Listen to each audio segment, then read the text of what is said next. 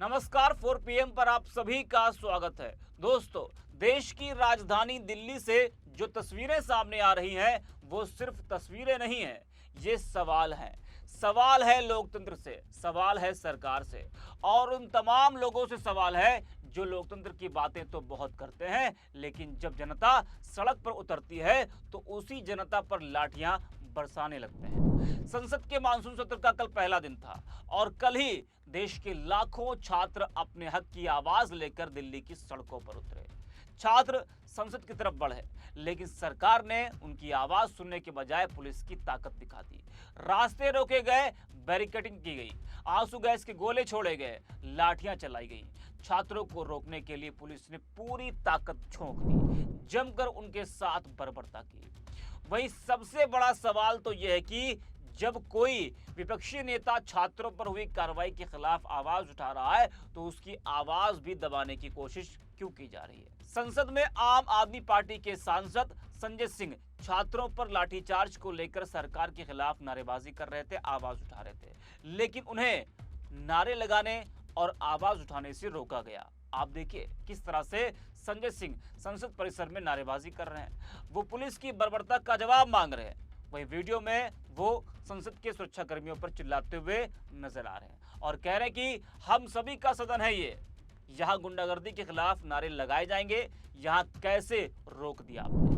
पहले आप सुनिए किस तरह से वो नारेबाजी कर रहे हैं और सुरक्षा कर्मियों पर चिल्ला रहे हैं। लोकतंत्र में गुंडागर्दी नहीं चलेगी, नहीं चलेगी। अरे लोकतंत्र में मोदी शाही नहीं चलेगी, नहीं चलेगी। अरे लोकतंत्र में मोदी शाही नहीं चलेगी, नहीं चलेगी। पुलिस की बर्बरता का जवाब दो, जवाब दो, जवाब दो। पुलिस की गुंडागर्दी का जवाब दो, जवाब दो, जवाब दो। आंदोलनकारियों पे जवाब दो, जवाब दो, जवाब दो। सोनम वांगचुक का जवाब दो, जवाब दो, जवाब दो। प्रधानमंत्री सदन में आओ, सदन में आओ, सदन में आओ। सदन में आके जवाब दो, जवाब दो, जवाब दो। पेपर लीक पे जवाब दो, जवाब दो, जवाब दो। पुलिसिया तानाशाही पे जवाब दो, जवाब दो, जवाब दो। लाठीशाही पे जवाब दो, जवाब दो, जवाब दो।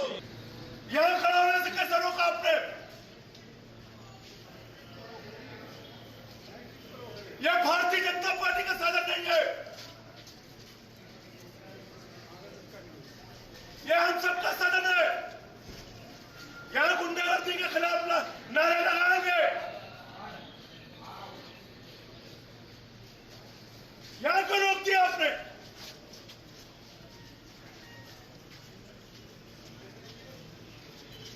प्रधानमंत्री तो देखा और सुना आपने।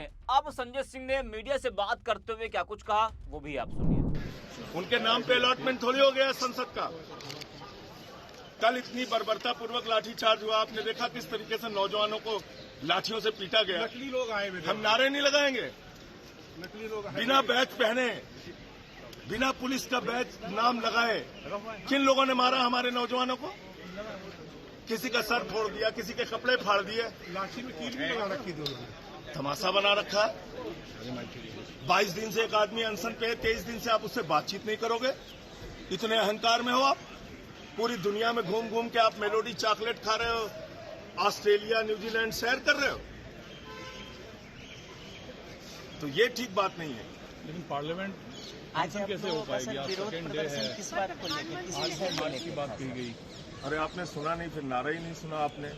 नौजवानों पे जो कल बर्बरता पूर्वक तानाशाही पूर्ण कार्रवाई मोदी जी ने करवाई, उसके खिलाफ यहाँ पे नारेबाजी किया, हमने अपना विरोध प्रदर्शन किया। और जो कार्रवाई कल हुई वो जलियांवाला बाग कांड की याद दिलाती है। दिल्ली की सड़कों पर युवाओं का खून बहाया गया, उनको मारा गया, पीटा गया। तो ये लोकतंत्र के अंदर लाठीशाही नहीं चलती, संवाद चलता है। प्रधानमंत्री ने आज मैसेज दिया है, यूथ को कहा है कि पार्टी हमेशा यूथ के साथ। उन्होंने कहा कि नीट के लिए चाहे कोई भी बड़े से बड़ा वकील बनना पड़े, परपिट्रेटर्स को सजा मिलेगी। और नीट जो 24 में हुआ था पेपर लीक, उसके लोगों को तो मोदी ने ही छोड़ा ना। सारे आरोपियों को तो मोदी ने छोड़ा, उनकी सीबीआई ने चार्जशीट फाइल नहीं किया, उस पर कुछ कार्रवाई किया मोदी जी ने। तो संजय सिंह को सुना आपने।